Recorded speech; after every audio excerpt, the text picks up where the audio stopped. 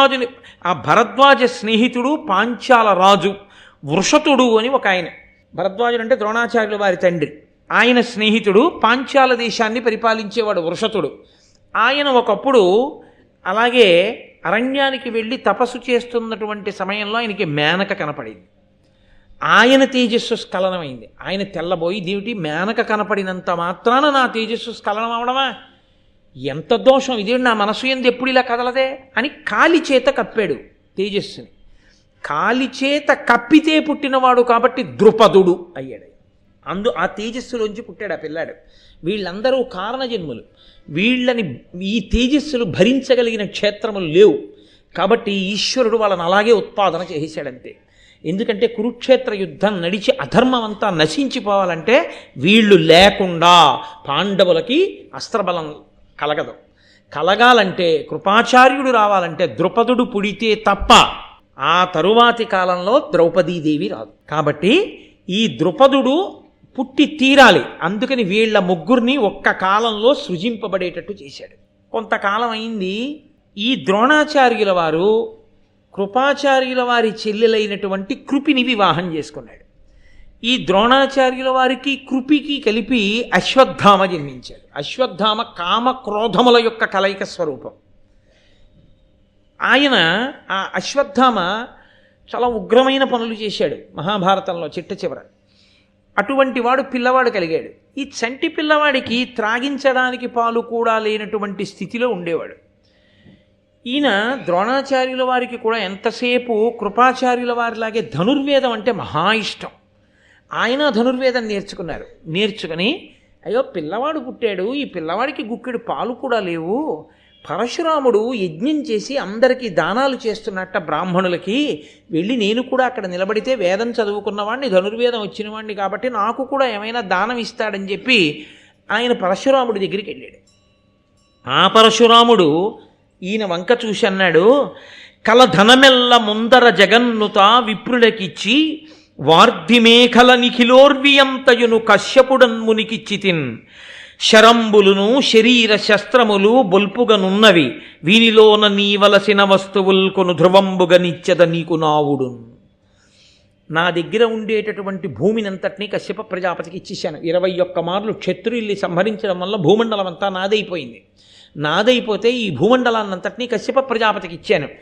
ఇచ్చేస్తేనే కశ్యప ప్రజాపతి అడిగారు, భూమి అంతా నాకు ఇచ్చావు కాబట్టి నువ్వు భూమి మీద నిలబడద్దు, వెళ్ళిపోమన్నారు.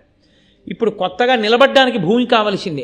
అప్పుడు ఆయన మహేంద్రగిరి పర్వతం మీద నిలబడి, ఆ మహేంద్రగిరి మీద నిలబడి సముద్రం వంక చూసి సముద్రాన్ని అడిగాడు, నేను ఉండడానికి కొంత భూమి కావాలి, సముద్రమా నువ్వు వెనక్కి వెళ్ళు, నీలో ఉన్న భూమిని నేను తీసుకుంటానన్నాడు. అంటే ఆవిడంది, నేను ఎంత వెనక్కి వెళ్ళాలో నాకు తెలియదు, నీ కోపం సామాన్యమైంది కాదు, కాబట్టి నువ్వు బాణం విసురు, అది ఎక్కడ వరకు పడుతుందో అక్కడ వరకు వెనక్కి వెళ్ళిపోతానంది.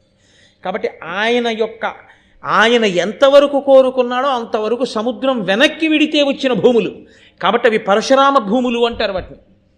అందుకే అక్కడ వచ్చే కేరళ రాష్ట్రం, కర్ణాటక రాష్ట్రం, అందులో ఉన్నటువంటి దివ్యక్షేత్రాలన్నీ పరశురామ క్షేత్రాలని పిలవడానికి కారణం అదే, అక్కడ ఆ భూమిలోంచి వచ్చాయి కాబట్టి. ఆ పరశురాముడు భూమినంతటినీ కశ్యప ప్రజాపతికి దానం చేశాడు. కశ్యప ప్రజాపతి పుచ్చుకున్నారు కాబట్టి ఈ భూమికంతటికి కాశ్యపి అని పేరు వచ్చింది ఆయన పేరు మీద. కశ్యపుడిది భూమి. మనం ఏదో హద్దులు కొలుచుకుని దస్తావేజులు రాసేసుకుంటాం, కానీ ఆయింది ఈ భూమి అంతా. కాబట్టి అదిగో ఆ పరశురాముడి దగ్గరికి వెళ్ళి నిలబడ్డాడు ద్రోణాచార్యుల వారు. ఆయన అన్నాడు చూసి, భూమిని అంతటినీ కశ్యప ప్రజాపతికి ఇచ్చేశాను, నా దగ్గర ఉన్నటువంటి మిగిలిన వాటిని అన్నింటినీ బ్రాహ్మణులకు ఇచ్చేశాను. నా దగ్గర ఏం లేవు, 2 ఉన్నాయి. ఒకటి అపారమైన ధనుర్వేదం ఉంది, గొప్ప గొప్ప అస్త్రములను సంధించడం ఉపసంహారం నాకు తెలుసు. 2 ఇదిగో ఈ శరీరం. ఈ రెండిటిలో ఏం కావాలి? మరి శరీరం ఉంటే ఆయనేడి, లోపల ఉన్న నేను కానీ ఇది నేను కాదు, ఆ స్థితిని పొందినవాడు. కాబట్టి నీకు అస్త్రశస్త్రములు కావాలా చెప్పి ఇచ్చేస్తాను, బ్రాహ్మణుడివి నీకేమైనా ఉపయోగపడుతుందా ఇస్తాను, ఈ శరీరం కావాలా ఇచ్చేస్తాను, రెండిట్లో ఏదో కోరుకో ఇస్తాను, తప్ప మూడోది నా దగ్గర లేదన్నాడు. అంటే ద్రోణాచార్యుల వారు అన్నారు, నీ దగ్గర ఉన్నటువంటి అస్త్రశస్త్రములన్నీ నాకు ఇచ్చేయి అన్నారు. ఆయన ధారపోహేశాడు. ఇప్పుడు ద్రోణుడు లాంటి ధనుర్విద్యాపారంగతుడు ఈ భూమండలం మీద లేదు. ఎందుకని? ధనుర్వేదం పరశురాముల వారి దగ్గర ఉన్నటువంటి విద్యనంతటినీ ద్రోణుడు పొందాడు. పొంది ఈలోగా అందరూ కలిసే కదండి, భరద్వాజుడి దగ్గర గురుకులంలో ఉండేవారు. ద్రోణాచార్యుల వారి నాన్నగారి దగ్గరే చదువుకుంటూ ఉండేవారు. ఈ వృషతుని యొక్క కుమారుడైనటువంటి ద్రుపదుడు ద్రోణాచార్యుల వారి తండ్రి గారి దగ్గరే విద్యాభ్యాసం చేశారు. ఆ తర్వాత ఈయన అగ్నివీషుడు అనబడేటటువంటి బ్రాహ్మణుడి దగ్గర ఆగ్నేయాస్త్రం మొదలైనవి కూడా నేర్చుకున్నాడు ద్రోణాచార్యుల వారు పరశురాముడి దగ్గరికి వెళ్ళకముందే. ఆ చదువుకునే రోజుల్లో ఈ వృషతుని యొక్క కుమారుడైన ద్రుపదుడు అనేవాడు, నువ్వు బ్రాహ్మణుడివి, భరద్వాజ మహర్షి యొక్క కొడుకువి, ఎప్పుడైనా నీకు దరిద్రం కలిగితే ఒకటి గుర్తుపెట్టుకో, నేను మహారాజునవుతాను మా నాన్నగారి తర్వాత. నేను రాజునైనప్పుడు నువ్వు నా స్నేహితుడివి కాబట్టి అరమరికలు లేకుండా నీకు ఏది కావలసి వచ్చినా నా దగ్గరికి రా, ఎప్పుడు ఇబ్బంది పెట్టుకోకు. నా దగ్గరికి వస్తే మన స్నేహాన్ని స్మరించి నేను నీకు ఉపకారం చేస్తానన్నాడు. ఈయన కృపుని యొక్క చెల్లెలు కృపిని వివాహం చేసుకున్నాడు. ఆ కృపి వలన ఈయనకి అశ్వత్థామ కుమారుడు జన్మించాడు. ఇప్పుడు ఆ జన్మించినటువంటి అశ్వత్థామకి పాపం పాలిచ్చి పోషించడానికి పాలు కూడా లేవు కాబట్టి ఈయనకి స్నేహితుడైనటువంటి ద్రుపదుడు జ్ఞాపకానికి వచ్చాడు. విడితే ఏమైనా ఇవ్వడా కాబట్టి స్నేహితుడి దగ్గరికి ఎడతాననుకున్నాడు. అనుకుని ద్రుపద మహారాజు గారి యొక్క ఆస్థానానికి వెళ్ళాడు. వెడితే ఆ ద్రుపదుడు ద్రోణుణ్ణి చూసి గుర్తుపట్టాడు. ఈయనన్నాడు, మన ఇద్దరం బాల్య స్నేహితులం, గుర్తుందా, కలిసి చదువుకున్నాం మా నాన్నగారి దగ్గర, అప్పుడు నువ్వు మాటిచ్చావు నువ్వు రాజు అయినప్పుడు రమ్మని, కష్టంలో ఉన్నాను అందుకు వచ్చాను నీ దగ్గరికి అన్నాడు.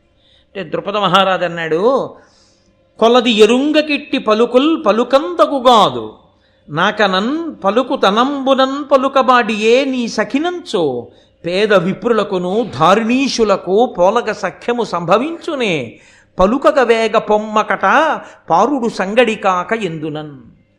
ఆయన అన్నాడు, నువ్వేమో దరిద్ర బ్రాహ్మణుడివి, నేనేమో రాజ్యమేలే రాజుని, ఎప్పుడో ఏదో అన్నానా, అందుకని నా స్నేహితుడిని ఇప్పుడు వచ్చావా, సిగ్గుగా లేదు అలా చెప్పుకోవడానికి? దరిద్ర బ్రాహ్మణుడికి రాజ్యమేలే రాజుకి స్నేహం ఏమిటి, పోతలకన్నాడు అని ధనపతితో దరిద్రునకు తత్వవిదుండగువానితోడ మూర్ఖునకు ప్రశాంతునితోడ కడు క్రూరునకున్ రణశూరుతోడ భీరునకు వరూధితోడ అవరూధికి సజనుతోడ కష్ట దుర్జనునకు ఎవ్విధంబునను సఖ్యము తానొడగూడు నేర్చుని. ఏమయ్యా నువ్వు అడిగిన దానికి అర్థం ఏమైనా ఉందా? బాగా ధనం ఉన్నవాడికి, ధనం లేని దరిద్రుడికి, తత్వం తెలిసి ఉన్నవాడికి, అసలు ఏమీ తెలియనటువంటి మూర్ఖుడికి, ప్రశాంతంగా ఉండేటటువంటి వాడికి, క్రూరుడైనటువంటి వాడికి, కవచం కట్టుకుని ఉండేటటువంటి శూరుడికి, కవచం లేనటువంటి శౌర్యము లేనివానికి, సజ్జనుడికి, దుర్జనుడికి ఎక్కడైనా స్నేహం కలుగుతుందయా? నువ్వేమో దరిద్ర బ్రాహ్మణుడివి, నేనేమో రాజ్యమేలే రాజుని, మన ఇద్దరికీ స్నేహమా? తగుదునమ్మా అని వచ్చావా? అసలు సమానత్వం ఏదయా మన ఇద్దరికి? సమశీల శ్రుతయుతులకు, సమధనవంతులకు, సమసుచారిత్రులకు తమతో సఖ్యము వివాహమునగుగాక అగునే రెండు అసమానులకున్. ఎవరైనా సమానమైన ధనమున్నవాళ్ళు, సమానమైన బలం ఉన్నవాళ్ళు, సమానమైనటువంటి నడవడ కలిగినటువంటి వాళ్ళు వివాహంతో సహా దేంట్లోనైనా ఇద్దరూ కలిసి ఉండడానికి అవకాశం కుదురుతుంది తప్ప, ఏ సమానత్వం ఉందని నా దగ్గరికి వచ్చావు, నువ్వు దరిద్ర బ్రాహ్మణుడివి, రాజుని, తగుదునమ్మా అని వచ్చావా? కుదరదు అని అవతలకి పొమ్మని బయటికి గెంటించేశాడు. గెంటిస్తే బాధగా బయలుదేరి ద్రోణాచార్యుల వారు వచ్చేస్తున్నారు. ఆ వచ్చేస్తున్నప్పుడు ఒక చమత్కారమైన విషయం జరిగింది. ఆయన హస్తినాపురంలోకి ప్రవేశించేసరికి ఈ పాండవులు, ధృతరాష్ట్రుని యొక్క కుమారులు మొత్తం 105 మంది కలిసి ఆడుకుంటున్నారు. ఈ ఆడుకునేటప్పుడు వాళ్ళు ఆడుకుంటున్నటువంటి ఆ బంతి వెళ్ళి నూతిలో పడిపోయింది. అది నీటి మీద తేలుతోంది. ఆ నీటి మీద తేలుతున్నటువంటి ఆ బంగారు బంతిని ఎలా పైకి తీయాలో తెలియక ఈ పిల్లలందరూ తత్తరపడుతుంటే ద్రోణాచార్యుల వారు వచ్చి అన్నారు, మీరు క్షత్రియ వంశ సంజాతులు కదా, నూతిలో పడిన బంతిని పైకి తీయడం మీకు రాదా? దీనికి ఇంత బెంగపెట్టుకుంటున్నారా? అపురూపమైనటువంటి అనన్య సామాన్యమైన విలువిద్యతో బంతిని పైకి తీస్తాను చూడండి, ఇలా ఇవ్వండి ఆ ధనుర్బాణాలు అన్నాడు. అని ధనుర్బాణాలు తీసుకుని ఒక బాణాన్ని గురి చూసి బంతికి కొట్టాడు. బాణపు చివర ఇంకొక బాణాన్ని కొట్టాడు. ఆ బాణం చివర ఇంకో బాణాన్ని కొట్టాడు. ఆఖరికి నూతి చివర చేతితో తీయడానికి వీలుగా ఆ బాణం పైకి అందింది. ఆ బాణంతో ఇలా పట్టుకుని పైకి కర్రతో తీసేసినట్టుగా బంతి తీసి పిల్లలకి ఇచ్చాడు. ఇస్తే ఇప్పుడు ఆ బంతి పట్టుకుని పిల్లలందరూ సంతోషంగా, అబ్బా ఏమి విలువిద్య, ఏమి బాణం వేసి బంతిని తీశాడని సంతోషంగా పరిగెత్తుకుంటూ తాతగారు భీష్మాచార్యుల వారి దగ్గరికి వెళ్ళారు. తాతగారు అపురూపం అండి, ఎంత విచిత్రం, బంతిని ఇలా తీశారండి ఒక ఆయన అన్నాడు. ఊరే మీ అందరికీ ఇలాంటి ఆచార్యుడు దొరికితే బాగుండని చూస్తున్నాను. ఏడిరా అని భీష్మద్రోణులు ఇద్దరు సమవయస్కులు. మహానుభావుడు భీష్ముడికి తల పండుతోందప్పుడు ఆయన బయలుదేరి ఆ తోటలోకి వచ్చాడు. వచ్చేటప్పటికి అదిగో ఇద్దరు మహానుభావులు అక్కడ కలుసుకున్నారు. అక్కడ పడింది మహాభారతానికి, మిగిలిన భారతానికి అంతటికీ బీజం అక్కడ పడింది. ఆ భీష్ముడు ద్రోణుణ్ణి చూసినప్పుడు నన్నయ్య గారు అంటారు, అది కవిత్వంలో గొప్పతనం ఏమిటో తెలుసా అండి, ఇద్దరు మహాపురుషులు కలుసుకున్నారని వదిలేదు. భీష్ముడు ద్రోణుణ్ణి చూసి అనలేదు. భీష్ముడు ద్రోణుణ్ణి చూసినప్పుడు భీష్ముడి కన్నుల్లోంచి ద్రోణుణ్ణి చూసి నన్నయ్య గారి పద్యం గంటల్లోంచి బయటకు వచ్చింది. అంటే తాను భీష్ముడై దర్శనం చేశారు నన్నయ్య గారు. ఆసన్న పలితు అనఘు శరాసన గురు భూరిసత్వు అసిత కృషాంగున్ భూసరవరు ద్రోణు గుణోద్భాసితు విని నట్ల చూచి పరమప్రీతిన్. అంతకుముందు ఎక్కడో విన్నాడు ద్రోణాచార్యుల వారిది. మహానుభావుడు పరశురాముడి దగ్గర అన్నీ తెలుసుకున్నాడు. ఎందుకని భీష్మాచార్యుల వారికి కూడా పరశురాముల వారే గురువు కాబట్టి ఆయన గురువు గారంటే ఆయనకున్న నమ్మకం అటువంటిది. మా గురువు గారికి తెలియని విద్య లేదు, అవన్నీ ద్రోణాచార్యుల వారు పుచ్చుకున్నారని. కాబట్టి ఇదిగో ఇప్పుడు వెళ్ళి చూశాడు. కొద్దిగా తల నెరుస్తోంది ఆయనకి. ద్రోణాచార్యుల వారికి ఆసన్న పలితు అనఘు పాపము లేనివాడు, శరాసన గురు సమస్తమైనటువంటి విలువిద్య నేర్పగలిగినటువంటి దక్షుడు, భూరిసత్తు గొప్ప సత్వము కలిగినటువంటి వాడు, అసిత కృషాంగున్ సన్నబడిపోయి నల్లగా ఉన్నటువంటి వాడు, భూసురవరు ద్రోణు గుణోద్భాసితు బ్రాహ్మణుల యందు మిక్కిలి తేజస్సు కలిగినటువంటి ఆ ద్రోణాచార్యుల వారిని చూసి పరమ ప్రీతితో భీష్మాచార్యుల వారు అన్నారు, మహానుభావ మీ గురించి విన్నాను, ఈ హస్తినాపురానికి మీరు ఎందుకు వచ్చారు అని అడిగాడు. అడిగితే దాపరికం ఎక్కడ లేదు. ద్రోణాచార్యుల వారు తనకు కలిగినటువంటి భంగపాటునంతటినీ చెప్పాడు. నాతో చదువుకున్నాడయా నా స్నేహితుడు ద్రుపదుడు, నాకు ఇదిగో కొడుకు పుట్టాడు, కృపాచార్యుల వారి చెల్లి కృపి నా భార్య, అశ్వత్థామ పుట్టాడు, గుక్కెడు పాలు పిల్లాడికి లేవు, దరిద్రంతో అలమటిస్తున్నాను, ఏదో నా స్నేహితుడు ఆదుకుంటాడని వెళ్ళాను, వెడితే నన్ను బయటికి గెంటించాడు అని చాలా బాధతో భీష్ముడితో ఒక మాట అన్నాడు. ఆయన అన్నాడు, వేడుటెంతయు కష్టమైనను వేరులేని సుహృజ్జను వేడుకోలుచితంబు కావున వేట్కతో జని సోమకున్ వేడినన్ ధనమోపడేనియు వీని మాత్రకు నాలుగేన్ పాడి కుర్రలు నీడే వీనికి పాలు త్రావుచునుండగన్. ఇన్ని మాటలు వేశారో చూడండి. ఆ మాట వేడుట వేడుట వేడుట. ఒకరి దగ్గరికి వెళ్ళి చెయ్యి చాపి అయ్యా నాకు ఈ ఉపకారం చెయ్యండి అని అడగడమే సగం చచ్చిపోయి అడగాలి సిగ్గుతో. కడుపున పుట్టినవాడు కదా, తాగడానికి గుక్కెడు పాలు కూడా లేవని చాలా సిగ్గుతో ఎవరి దగ్గరికి వెళ్ళి నేను భిక్షాటన చెయ్యాలి, ఎవరిని అడగాలి అని సగం చచ్చిపోయాను. ఆఖరికి మనసులో నిశ్చయం చేసుకున్నాను, బాగా తెలుసున్నవాడు, మన మనసు ఎరిగినటువంటి వాడు, మన యందు ప్రీతి ఉన్నవాడు కాబట్టి ఈయన దగ్గరికి వెళ్ళి చెయ్యి చాపి అర్థించడంలో పర్వాలేదు, కొంత మనకి అంత సిగ్గుతో అడగవలసిన అవసరం ఉండదనుకుని వెళ్ళి అడిగాను. అడిగినప్పుడు ఏమనుకున్నానంటే, నేనేం మణిమాణిక్యాదులు కోరలేదుగా, ఒక్క 4 పాడి ఆవులు ఇవ్వకపోతాడా, 4 పాడి ఆవులు ఆశ్రమంలో కట్టుకుని పాలు కుర్రాడికి పట్టలేకపోతానా అనుకున్నాను. నాకు కృపికి అన్నం తినడానికి కావలసింది ఇవ్వాలని కూడా నేను కోరుకోలేదు. 4 పాడి ఆవులు కూడా ఇవ్వలేదు నా స్నేహితుడు, నన్ను గెంటించాడు, దరిద్రుడవు నీకు నాకు సమానత్వమా అన్నాడు. బాధతో కుంది వచ్చేస్తున్నప్పుడు ఇదిగో ఇక్కడ పిల్లల నూతిలో బంతి పడి ఇబ్బంది పడుతుంటే బంతి తీశాను, నేనే ద్రోణుణ్ణి అన్నాడు. భీష్మాచార్యుల వారు ఎంతో సంతోషపడన్నారు, మీ కోరిక ఏదైనా సరే నేను తీరుస్తాను, మీకు కావలసినటువంటివన్నీ నేను సమకూరుస్తాను, మీరు ఇక్కడే ఉండి ఆచార్యకత్వం వహించి ఇదిగో ఈ పాండవులకు ఈ మిగిలినటువంటి ధృతరాష్ట్ర సంతానానికి చక్కగా విద్య నేర్పండి అన్నాడు. గురువు ఎందొక లక్షణం ఉంటుంది. గురువుగారు నేర్పేటప్పుడు ఎవరు ఇందులో బాగా వృద్ధిలోకి వచ్చేవాడు అన్నది పసిగట్టలేనంత వెర్రివాడు గురువు కాడు. ఒక్క చూపుతో పట్టుకోగలడు, ఒక్క మాటతో ఏరుకోగలడు. సాలగ్రామాన్ని ఎంచడం వచ్చిన వాడు సాలగ్రామాన్ని తేవాలంటే రాళ్లల్లోకే వెళ్ళాలి. నదీ ప్రవాహంలో వచ్చి ఏర్పడినటువంటి రాళ్ల కుప్పలలోకి వెళ్ళి చూసి అక్కడే పడి ఉన్న సాలగ్రామాన్ని చేతిలోకి తీసుకుని ఇది సాలగ్రామం అని తెచ్చి దూది వేసి పూజామందిరంలో పెట్టి పూజ చేసి కోరికలు దింప చేసుకుంటాడు ఉపాసకుడు.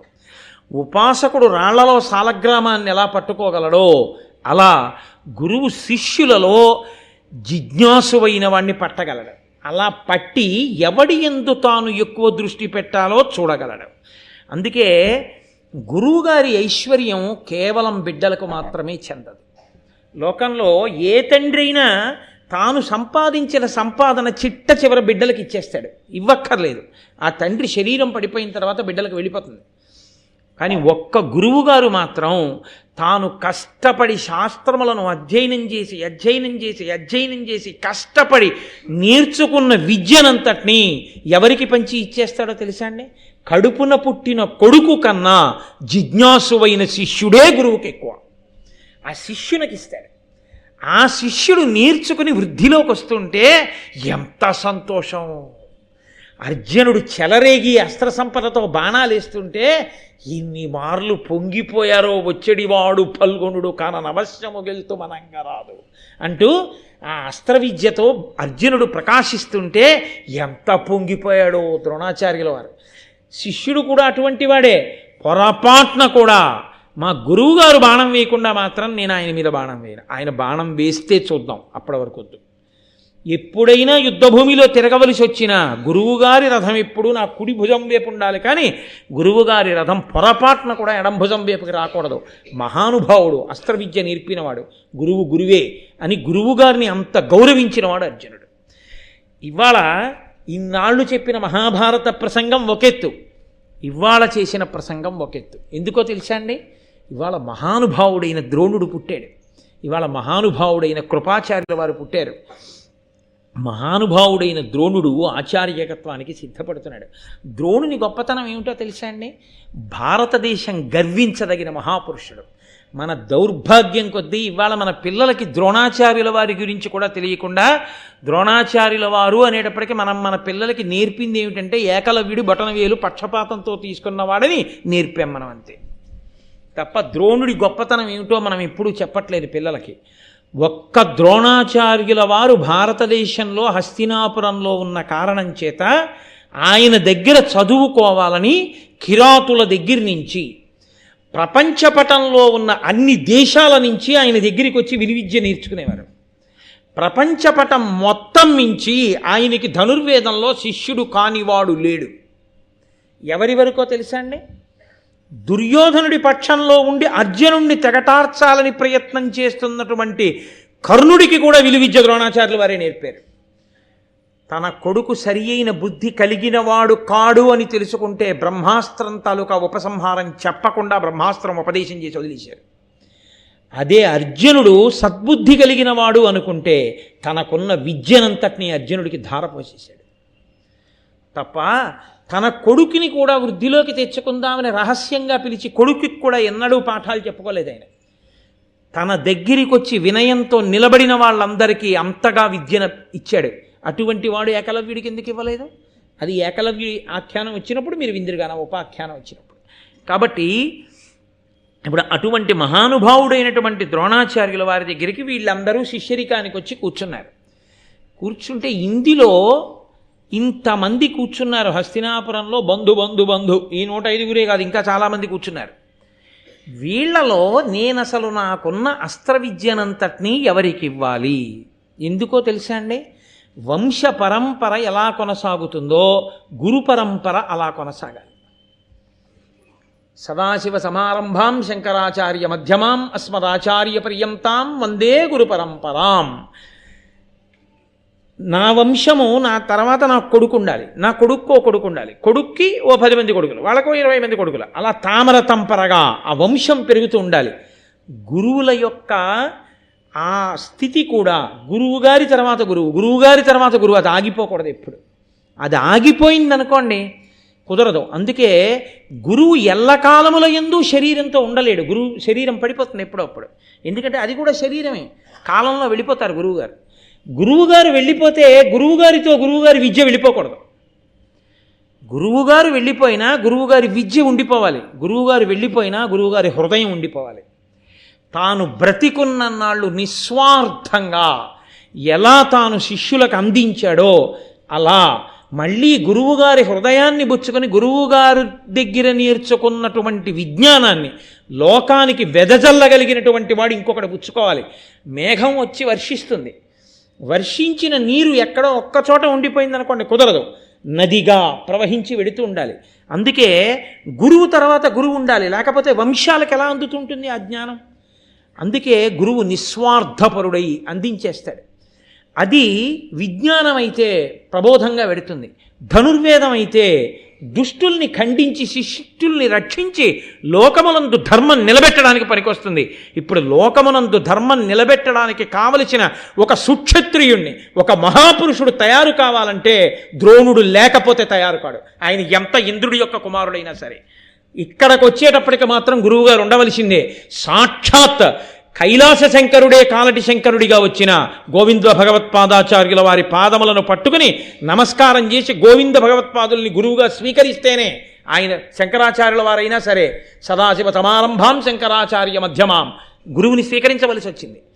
కాబట్టి గురువుగారు లేకపోతే ఆ విద్య గుడ్డి విద్య. గురువు ఉండాలి. కాబట్టి ద్రోణుడు లేని భారతం మీరు ఊహించలేరు. అటువంటి ద్రోణుడు ఇప్పుడు శిష్యులలో ఎవడు ఉత్తముడు మొట్టమొదట ఆయన పసిగట్టగలదు. ఆయనకున్న సమర్థత, గురువుగారి సమర్థతని తక్కువ చేసి చూడడం ఎవరికీ సాధ్యం కాదు.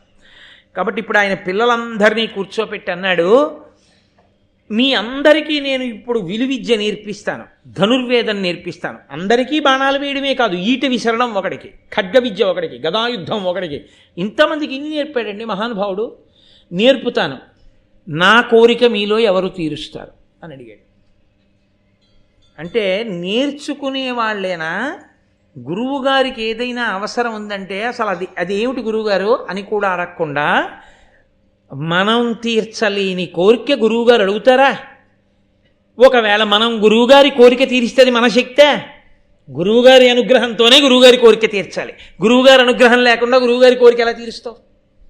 కాబట్టి గురువు కోరిక తీర్చడానికి గురువుగారి అనుగ్రహమే హేతువు, నేను నిమిత్తం. కానీ గురువుగారు నేను అనడం వల్ల నేను తరించడానికి స్థితి కలుగుతుంది. నేను ఆయన నుండి విద్య పొందడానికి నా యోగ్యత ప్రకటనమవుతుంది. ఇది గమనించిన వాడు అర్జునుడు. ఇక్కడ కలుస్తున్నారు గురు శిష్యులు. అందుకే ఇవాల్టి రోజు ప్రసంగం చాలా చాలా పవిత్రమైనది అన్నానంటే నా ప్రసంగం గొప్పది అని నేను సోత్కర్షతో అనలేదు. భారత కథ యందు ఈ ఘట్టములు గొప్పవి అన్నాను. గురు శిష్యులు కలుస్తున్నారు. ఇవాళ అర్జునుడు తయారవడం ప్రారంభమైంది. ఆయన అన్నాడు, అర్జునుడు గురువుగారు నేను అన్నాడు. అంతే, నేను తీరుస్తాను. మిగిలిన వాళ్ళ వంక చూశాడు. నీ కోరికలన్నీ మేమెక్కడ తీరుస్తామని పక్కైతాలు తిప్పుకున్నాడు. ఆయన అనుకున్నాడు, షహబాష్, వీడు శిష్యుడు, నా సమస్త విద్యలు వీడికి ధారపోసేయాలని నిర్ణయం తీసుకున్నాడు. అంటే అర్జునుడు ఎంత గొప్ప వీరుడుగా తయారవ్వాలన్నది ద్రోణాచార్యుల వారి సంకల్పం వలనే సాధ్యమైంది. నరుడు అస్త్రశస్త్ర విద్యా పరిణతి అధికుడయి వినయపరుడయి శశ్వద్గురు పూజా యత్నంబున పరగుచు సంప్రీతు చేసే భారద్వాజున్. అర్జునుడు విద్య ఎందుకు నేర్చుకోగలిగాడో మనకి నేర్పుతున్నారు. అర్జునుడికి విద్య ఎందుకు వచ్చిందో తెలుసా అండి? వినయము లేని చోట విద్య రాదు. ఒకవేళ వచ్చినా అది జ్ఞాన కలునిలోని శారదయోలే. వాడు ఎప్పుడో అప్పుడు జైలుకి వెళ్ళడానికి పనికొస్తుంది ఆ విద్య. అదేమిటండి అంత మాట అన్నారని మీరు అనుకుంటున్నారేమో. వాడు ఎంత గొప్ప ఇంజనీరో అయ్యి వాడు వెనక మూటలు కట్టడానికి కూలిపోయే బ్రిడ్జీలు కడితే ఏదో ఒకనాడు జైలుకి వెళ్ళిపోతాడు. ఈశ్వరుడు అన్నవాడు లేడండి. కాబట్టి లోకం కోసం పనికొచ్చేటటువంటి విద్య నేర్చుకోగలిగినటువంటి వాడై ఉండాలి. దానికి వినయము ప్రధానమై ఉండాలి గురువుగారి దగ్గర. ఎక్కడ వినయం ఉంటుందో గురువు అనుగ్రహించడానికి కారణం ఒక్కటే, తల వంచడం ఒక్కటే. తల ఉంచితే గురువుగారు అనుగ్రహం లభించేస్తుంది అంతే. కాబట్టి నరుడు అస్త్రశస్త్ర విద్యా పరిణతి అధికుడయి, అందరికన్నా అస్త్రశస్త్ర విద్య యందు నరుడు, నరనారాయణుల్లో నరుడు అర్జునుడుగా వచ్చాడు, అధికుడయ్యాడు. అందరికన్నా బాగా వచ్చింది. ఎందుకని? ఆయన కూర్చోబెట్టి రహస్యంగా ఏమీ నేర్పలేదు. అర్జునుడు ప్రత్యేకంగా ద్రోణాచార్యుల వారి దగ్గర ఇది నేర్పండి అని అడగలేదు. ఎందుకు వచ్చిందో, గురువుగారికి ఎందుకు అతనికి బాగా అర్థం అవుతోందో లేదో గమనించవలసి వచ్చిందో తెలుసా అండి? వినయపరుడయి శశ్వద్గురు పూజాయత్నంబున బరగుచు గురువుగారిని నిరంతరము పూజ చేసేవాడు. గురువుగారిని పూజ చేయడం అంటే పువ్వులు కాయలు పళ్ళు పట్టుకురావడం కాదు. గురువుగారి మాట మీద అంత నమ్మకం, గురువుగారి మూర్తి మీద అంత నమ్మకం, గురువుగారి మీద అంత విశ్వాసం.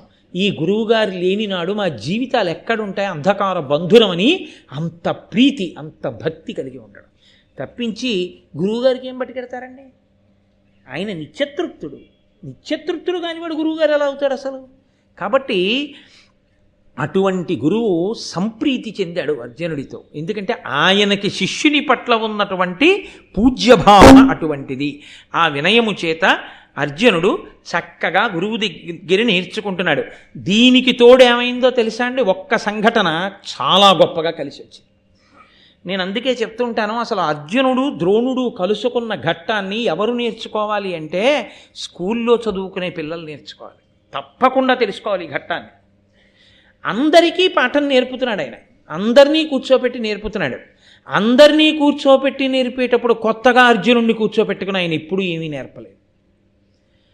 నేర్చుకోకూడదు అశ్వత్థామ నేర్చుకున్నాడు. ఏం నేర్చుకున్నాడో తెలుసా అండి? మేమందరం గురువుగారి దగ్గర పాఠం వింటున్నాం, అర్జునుడు ఒక్కడు మా అందరికన్నా బాగా పైకొస్తున్నాడు. ఎందుకని? ఆయన అంతగా పరిశ్రమ చేస్తాడు. గురువుగారు ఏం చెప్పారో అది తనకి జీర్ణం అయ్యే వరకు పరిశ్రమ చేస్తాడు. ఒక లక్ష్యాన్ని కొట్టడం అంటే అలా కొడతాడు. ధనుర్వేదంలో ఒక మాట చెప్తారు, ఉచ్చు వేయడం అని ఒకటి ఉంటుంది. తాడు ముడేసి శత్రువు మీదకేసి లాగాలి. ఇది లాగేటప్పుడు మొట్టమొదట ఏం చేస్తారంటే కదలకుండా కూర్చున్నటువంటి విగ్రహాలకు వేయడం నేర్పుతారు. ఉచ్చు వేయడం అంటే అండి మీరు అలా కదలకుండా కూర్చోండి నేను వేస్తానంటే కుదరదు కదా. యుద్ధంలో వాడు ఎలా ఉన్నా వెయ్యాలి. ఉన్న విగ్రహానికి గభాలన గురి చూసి వేసి లాగేయాలి. అది ఎంత ఒడుపుగా వేసేయాలంటే అనుకున్న క్షణంలో వేసి లాగడం నేర్పుతారు. అది వచ్చిన తర్వాత గెంతుతూ అలా గంతులేస్తున్నటువంటి వాళ్ళకి వేయడం నేర్పుతారు. అప్పుడు కదులుతున్న వాటికి ఉచ్చేసి దగ్గరికి లాగడం నేర్పుతారు. ఇది దేనివల్ల వస్తుందో తెలుసా అండి? మీరు చూడండి, మనం ఎగ్జిబిషన్కి వెడితే చేతికి రింగ్స్ అని ఇస్తారు, వలయాకారంగా ఉంటాయి. ఇది వాడే సబ్బు పెట్లు అవి అన్నీ ఇచ్చి చేతికి ఓ 5 రూపాయలు ఇస్తే ఓ ఇంత గుర్తి ఇస్తాడు. ఇచ్చి మీరు దేని మీద వేస్తే అది మీకు ఇచ్చేస్తానంటాడు. మనం అనుకుంటాం ఏడు ఒకటి పడదా, అన్నీ పట్టుకుపోతాను అనుకుంటాం. అనుకుని మనం ఇలా చూసి కళ్ళజోళ్ళలోంచి ఇలా వేస్తాం. అది సబ్బు మీద వేస్తే గ్లాసు కొట్టి కింద పడిపోతుంది. ఆఖరికి అన్నీ అయిపోయి ఓ 50 రూపాయలు అయిపోయిన తర్వాత దిక్కుమాల సబ్బులు డజన్ వణుక్కుతుంది, ఎందుకు వచ్చిన కొనడం అనుకుని పక్క స్టాల్లోకి పోతాడు. అది ఇవాళ వెళ్ళి వేసేద్దామంటే రాదు. ఇవాళ ఎగ్జిబిషన్లో సబ్బుకి వేయడం చేత కాకపోతే మీరు 8 చట్రాలు వాడి దగ్గర కొనుక్కుని ప్రతిరోజు బల్ల మీద పేర్చుకుని సాధన మొదలెడితే వచ్చే ఎగ్జిబిషన్లో అన్నిటికీ తెచ్చుకోవచ్చు. సాధనమున పనులు సమకూరు ధరలోన, సాధన చెయ్యకుండా విద్య రాదు. చాలా గొప్పవాడైన వాళ్ళందరూ కూడా ఒక్కరోజు రాత్రి చదువుకుని గొప్పవాళ్ళైన వాళ్ళు కాదు. విద్య యందు తాము పెళ్లి చేసుకోవాలన్న విషయాన్ని మర్చిపోయిన వాళ్ళు ఉన్నారు చదువుకోవడంలో. తెలుసా అండి? ఆశ్చర్యపోతున్నారా? అబ్దుల్ కలాం గారు లేరు? రాత్రింబవళ్ళు చదువుకుంటుంటే ఏమండి మీరు టీ కూడా తాగలేదండి. మీరు ఎప్పుడు కూర్చున్నారో తెలుసా? పుస్తకం పట్టుకుని రాస్తూ పుస్తకాలన్నీ పట్టుకుని రాయడం ఎప్పుడు మొదలుపెట్టారో తెలుసా? తెల్లవారుజామున 3 గంటలకు మొదలుపెట్టారు. ఇప్పుడు ఎంతైందో తెలుసా? ఎంతైందయా అని ఇలా చూస్తే వెనక్కి కటిక చీకటి. 3ంటికి మొదలెట్టాను, ఇంకా తెల్లారలేదా? ఏమిటి తెల్లవారడం? మర్నాడు రాత్రి 1 గంట అయింది. ఆయనకి తెలీదు. ఆయన స్నానం చేయలేదు, ఆయన కాఫీ తాగలేదు, టిఫిన్ తినలేదు. చూస్తున్నాడు, చదువుతున్నాడు, రాస్తున్నాడు, చూస్తున్నాడు, చదువుతున్నాడు, వ్రాస్తున్నాడు. అంటే మమేకమైపోయాడు, కాలమును విస్మృతి పొందాడు. కలాం గారి జీవితంలో జరిగింది అలా ఒకసారి. రాత్రుంబవళ్ళు అంకితమై కఠోర దీక్షతో ఎవడు అంత పరిశ్రమ చేస్తాడో వాడు వృద్ధిలోకి వస్తాడు. కానీ ఏ పరిశ్రమ చేయకుండా తెల్లవారుజామున 4ంటికి అలారం పెట్టుకుని అలారం కొడితే దాన్ని నొక్కేసి నిద్రపోతానన్నవాడు, చదువుకోవడానికి వెడుతూ టీవీలో క్రికెట్ కనబడితే ఒళ్ళు మరిచిపోయి రేపు పరీక్ష వరకు చదవకుండా క్రికెట్ చూస్తూ కూర్చున్నవాడు అత్యద్భుతంగా మార్కులు వచ్చేటట్టు చదువుకునేవాడు అవ్వాలంటే ఎక్కడవుతాడు? నేను పేరు చెప్పకూడదు, బాగుండదు. నాతో ఉన్న వాళ్ళ గోపాలకృష్ణ గారు వాళ్ళందరికీ తెలుసు. తండ్రి మెరైన్ ఇంజనీర్, వెళ్ళిపోతే 18 నెలలు రాడైన, అది కూడా ఎక్కడో అట్లాంటిక్ సముద్రం అవి దాటి వెళ్ళిపోతూ ఉంటాడు. నేను విశాఖపట్నంలో ఉపన్యాసాలు చెప్తూ వాళ్ళ ఇంట్లో ఉన్నాను. ఆ పిల్లవాడిని ఓ రోజున నేను ఎందుకో అందరూ ఎక్కడ కిళ్ళీ కొట్ల దగ్గర చూసినా ఎక్కడ చూసినా నేను ఉపన్యాసం చెప్పొస్తుంటే అదే పనిగా చూస్తున్నారు. ఏమిటి అంత ఉత్కంఠ భరితంగా ఉందా ఇవాళ అని ఇంటికి వచ్చి ఈ పిల్లాడిని పిలిచి, ఏడి ఈ పిల్లాడంటే చదువుకున్నాడు అన్నారు. ఇది ఆశ్చర్యంగా ఉంది, వీడు చదువుకోవడం ఇంతమంది అందరూ అలా చూస్తుంటే అని పిలిచి, ఏమయ్యా స్కోర్ ఎంత అన్నా, నాకు తెలియదండి అన్నాడు. ఇవాళ మ్యాచ్ ఎవరికి అన్నాను, నాకు తెలియదండి అన్నాడు. ఏమయ్యా నీకు తెలియకపోవడం ఏమి అన్నాను. అంటే అతను నాతో అన్న మాట ఏమిటో తెలుసా అండి? అతను అన్నాడు, మా నాన్నగారండి ఇల్లు విడిచిపెట్టి సముద్రంలో ఓడెక్కి మెరైన్ ఇంజనీర్గా వెళ్ళిపోతే కొన్ని నెలల పాటు కష్టపడుతూ మహానుభావుడు సముద్రంలో ఎక్కడెక్కడో ఉండి ఓడ తుఫానుల్లో ఉన్నప్పుడు కూడా మాకు ఫోన్ చేసి మాట్లాడుతూ ఉంటారు. మా కోసం మా నాన్నగారు అంత కష్టపడ్డారు.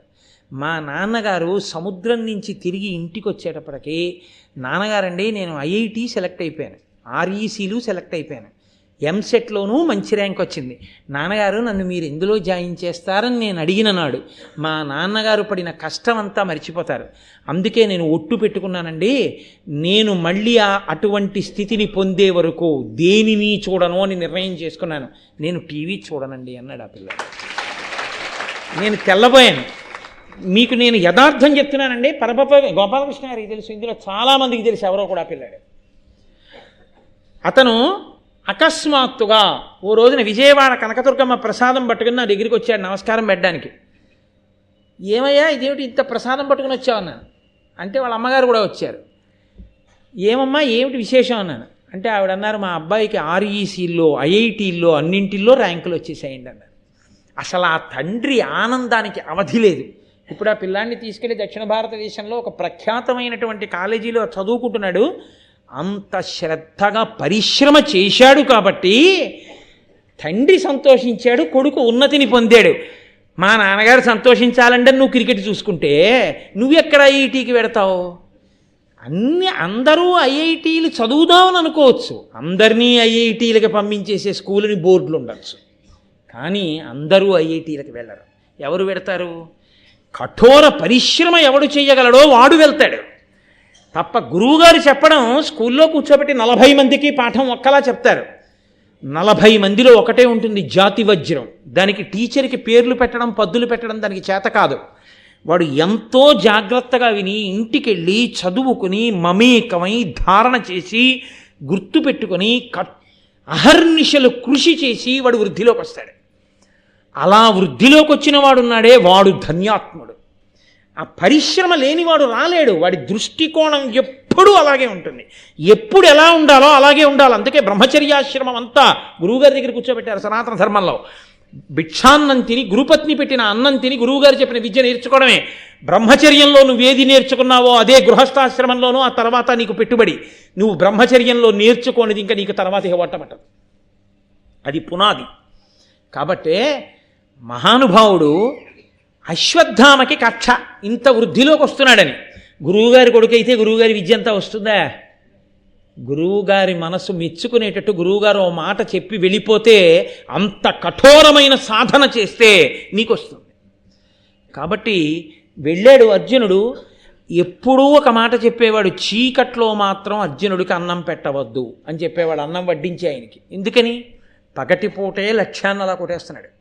చీకట్లో కూడా బాణం వెయ్యొచ్చన్న ఆలోచన వస్తుంది. చీకట్లో కానీ దీపం నిధనం అయ్యాక గబుక్కుని ఇక్కడ పప్పు ఉందని ఊహించుకుని పప్పుని ఇక్కడ కూరుందని ఇంతకుముందు చూసిన దాన్ని లాగి తిన్నాడు అనుకోండి, అకస్మాత్తుగా సూర్యాస్తమయం అయిపోయినా లక్ష్యాన్ని కొట్టేస్తాడు, చూసి గుర్తుపెట్టుకున్నాడు కాబట్టి. బట్ చీకట్లో బాణం వేయడం అన్న ఆలోచనే అర్జునుడికి రాకూడదంటే ఆయన అన్నం తింటున్నప్పుడు దీపం ఎట్టి పరిస్థితుల్లో లేకుండా మాత్రం ఏది వడ్డించద్దని చెప్పాడు. అరిచేతిని అడ్డుపెట్టి సూర్యకాంతిని ఆపుతారా? వృద్ధిలోకి వచ్చేవాడికి మీరు ఏ ఆలోచనలు చెప్తే వాడు వృద్ధిలోకి రాకుండా ఉంటాడు. ఒకరోజు అన్నం పెట్టారు, అర్జునుడు అన్నం తింటుంటే దీపం నిధనం అయిపోయింది గాలికి. ఈశ్వరుడు లేడండి, ఆయన ఈ పచ్చడి తీసి ఇలా కలుపుకొని అన్నం తిన్నాడు. ఆయనకు ఆలోచన వచ్చింది, దీపం లేదు, పచ్చడి ఇక్కడ ఉందని చూశాను, ఇలా తీసి కలుపుకు తినగలిగాను, కాబట్టి చీకట్లో లక్ష్యాన్ని ఎందుకు కొట్టలేను, భోజనం చేసి ఉత్తరాపోసన బట్టి బయటికి వెళ్ళిపోయి ధనస్సు బాణం తీసుకుని సాధన మొదలెట్టేశాడు. ఉత్సాహం ఉన్నవాడికి సమయం ఏమిటండి, సంతోషం అంతే. ఇప్పటికున్నారు ఎందరో మహాపురుషులు అలా చదువుకుంటూనే ఉంటారు, జపం చేసుకుంటూనే ఉంటారు, ఆ పద్యాలు తలుచుకుంటూనే ఉంటారు. పనికి మాలిన వాడికి బోరు, పనికొచ్చేవాడికి ఈశ్వరుడిచ్చిన సమయం సరిపోదు. అసలు ఏ పని వంట పట్టకపోతే వాడికి ఏమీ తోచదు, ఎప్పుడు ఏవో పనికి మాలిన పనులు. అసలు నిజంగా వివేకం కలిగిన వాడికి ఎంత ఆయుర్దాయం ఉండనివ్వండి, ఆయనకి సరిపోదు. ఎన్ని గ్రంథాలు పరిశీలిస్తావు, ఒక్క పద్యం చదివితే మనసు పరవశించిపోతూ ఆ జపం చేసుకుంటూ పూజ చేసుకుంటూ కూర్చుని చదువుకుంటుంటే, అయ్యో దిక్కుమాల ఉద్యోగాలు ఎన్నాళ్ళు, జీవితం ఇప్పటికి 30 ఏళ్ళో 26 ఏళ్ళో 27 ఏళ్ళో ఈ ఉద్యోగం కోసం, అయ్యో ఎంత విలువైన సమయం అంతా పోయింది, ఇంకా ఎన్నాళ్ళు చేస్తాను, చేశాంగా ఏదో సంపాదించాం, పిల్లలు వృద్ధులు, ఎప్పుడు వదిలిపెట్టేద్దాం, ఇంకా వదిలిపెట్టేసి ఇంకా ఎప్పుడు కూర్చుని హాయిగా ఈశ్వరారాధన చేద్దాం, ఎప్పుడు ఇంకా అన్ని గ్రంథాలు అన్ని వ్యాఖ్యానాలు ఎప్పుడు చదువుతాం అని రాత్రింబవళ్ళు చదువుకుంటాడు. ఎంత వయస్సు సంబంధం లేదు, కనురెప్పలు వాలిపోయి ఇలా పైకెత్తలేకపోతే రామాయణానికి వ్యాఖ్యానం చేయవలసి వస్తే ఒక మహానుభావుడు శిష్యుల్ని పిలిచి, ఒరే కళ్ళకి దారాలు కట్టి కనురెప్పల వెంట్రుకలకి వెనక నుంచి దారాలు వేసి లాగండి, లాగితే మూలం వంక చూస్తూ నేను ఒక్కసారి చదివి ఇలా అంటాను, కళ్ళ నీళ్లు కారే లోపల మళ్ళీ రెప్పలు వదలండి, నేను వ్యాఖ్యానం చెప్తాను రాయండి అని చెప్పి వ్యాఖ్యానం రాయించాడు ఒక ఆయన. ఈశ్వరుని యందు ఆతృత ఉన్నవాడికి కనురెప్పలెత్తలేనప్పుడు కూడా వాళ్ళు గ్రంథాలు చదివి వ్యాఖ్యానాలు ఇచ్చారు. ఆతృత నీకుండాలి, ఆతృత లేని వాడిని మీరు ఏమి రాపాడిస్తే వాడు వృద్ధిలోకి వస్తాడు, మీ పిచ్చి మిగులుతుంది. కానీ వాడికి ఆ ఉత్సాహం ఉంది, వాడిని తీసుకెళ్ళి ఎలిమెంటరీ స్కూల్లో పెట్టండి, మున్సిపల్ స్కూల్లో పెట్టండి, వాడు మహాత్ముడై వృద్ధిలోకి వస్తాడు. మనం చదవట్లా పేపర్లో, సివిల్ సర్వీసెస్కి ఎక్కడో శ్రీకాకుళంలో చిన్న కుగ్రామంలో మున్సిపల్ స్కూల్లో చదువుకున్న వాళ్ళు ఐఏఎస్కి సెలెక్ట్ అవుతున్నారు. తల్లిదండ్రులు చదువుకోవడానికి రూమ్ ఇచ్చి, ఓ మంచం ఇచ్చి, ఓ పరుపు ఇచ్చి, ఫీజులు కట్టి, యూనిఫారాలు పెట్టి, ఒంటి నిండా రకరకాలుగా యుద్ధానికి వెళ్ళే వీరులు పెట్టుకున్నన్ని బిళ్ళలు పెట్టుకుని, బ్యాగులు పెట్టుకుని, రిక్షాలు ఎక్కి, మోటార్ సైకిళ్ళు ఎక్కి, స్కూటర్లు ఎక్కి, ఆఖరికి క్లాస్ రూమ్లన్నీ కూడా కోళ్ళు పెంచుతారే పౌల్ట్రీ ఫార్మ్స్, కదిలితే ఎక్కడ క్యాలరీస్ పోతాయో అని చెప్పి అన్నిటినీ పక్కపక్కన కదలడానికి లేకుండా పెట్టేసి, అక్కడే మేత పెట్టేసి, అక్కడే తినేసి, అక్కడే మలాన్ని విసర్జించేస్తే, అక్కడే కింద తీసేసి ఆఖడికి తీసుకొచ్చి కంఠం కొట్టేసినట్టు అందరినీ ఒక బల్లకి 8 కూర్చోబెట్టేసి, ఇక్కడ ఇన్ని అని ఏవో బోర్డులు పెట్టి ఒంటి నిండా బిళ్ళలు పెట్టి తీసుకొచ్చి చెప్తే వాళ్ళందరూ పెద్ద విద్యావంతులు అయిపోతారని మీరు అనుకుంటున్నారా? ఎవడికి లోపల ఉత్సాహం ఉందో, ఎవడు అలా చదివి వృద్ధిలోకి రావాలనుకున్నాడో వాడొస్తాడు. ముందు అది బోధ చెయ్యాలి, ఆ ఉత్సాహాన్ని బోధ చెయ్యాలి. దానికి మహాభారతం ఆలవాలం. మహాభారతం రాకుండా, మహాభారతం ధర్మం తెలియకుండా నువ్వు తయారు చేస్తే మాత్రం వాడి దేశానికి పనికొస్తాడా? సంస్కారం లేని విద్య ఎవడకి కావాలి? శీలం లేని చదువు ఎవడకి కావాలి? అది మనకి నేర్పింది మహాభారతం. నా ఆవేశము సహృదయముతో అర్థము చేసుకున్నవాడు పాట. కాబట్టి చీకట్లో అన్నం తిన్న అర్జునుడు వెంటనే బయటికి వెళ్ళి బాణాలు తీసి సంధిస్తున్నాడు.